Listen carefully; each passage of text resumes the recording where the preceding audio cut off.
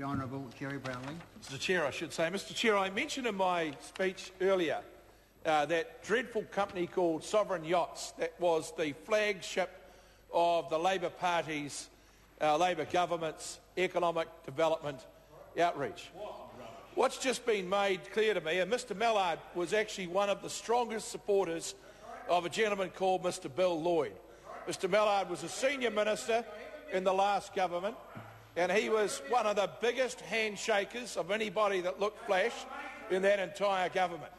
And one of the most extraordinary things that the government did, this was in the name of economic development, was to take an $11.6 million property on the waterfront in Auckland and give it to Mr Lloyd and Sovereign Yachts for a mere $500,000.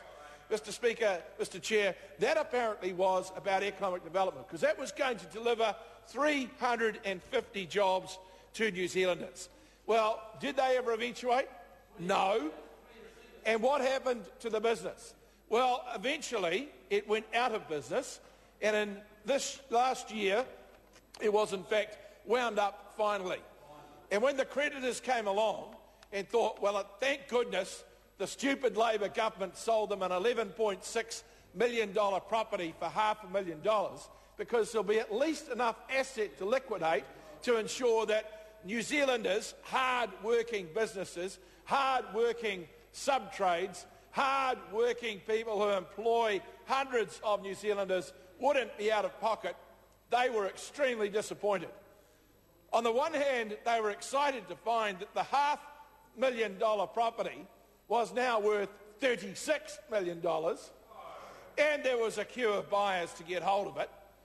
But unfortunately, the friend of the Labor government, that great mate of Trevor and Helen and Michael, and of course their dear friend Jim, was in fact able to shuffle that property out of his business into his own pocket and remains the owner of it today.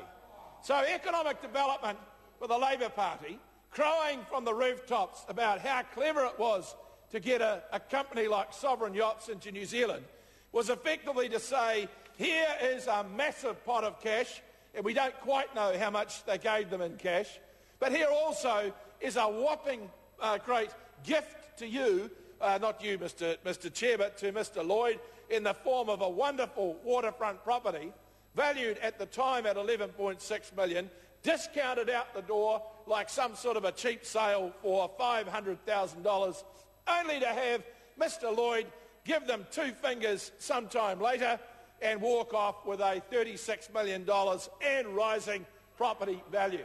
That's economic development, Labor style. And they come in here today and they want to know, where's the plan? Where's the strategy?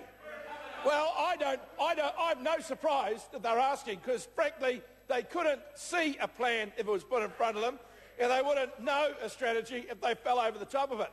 Mr Speaker, New Zealanders should be utterly outraged that this opposition has learnt so little from the humiliation of the last election that they continue to try and justify deals like this.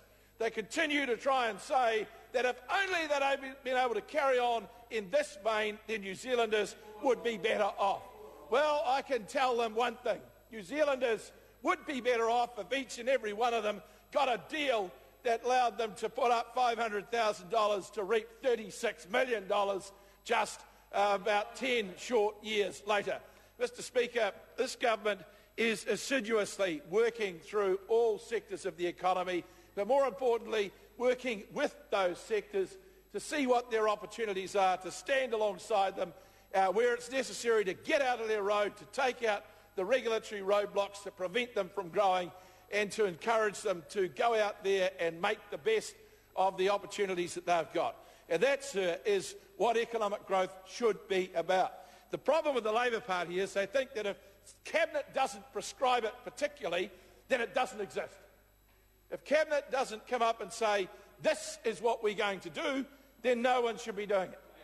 Well, our view, sir, is that we trust the New Zealand business community to respond to the policies that we're putting in place, and I listed them out at length before, and that will see greater economic growth for New Zealanders.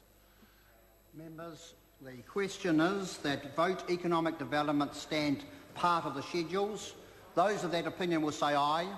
To the contrary, no. The ayes have it. The question now is that vote energy stand part of the schedules. I call Nanaia Mahuta, the Honourable Nanaia Mahuta. Mr Chair.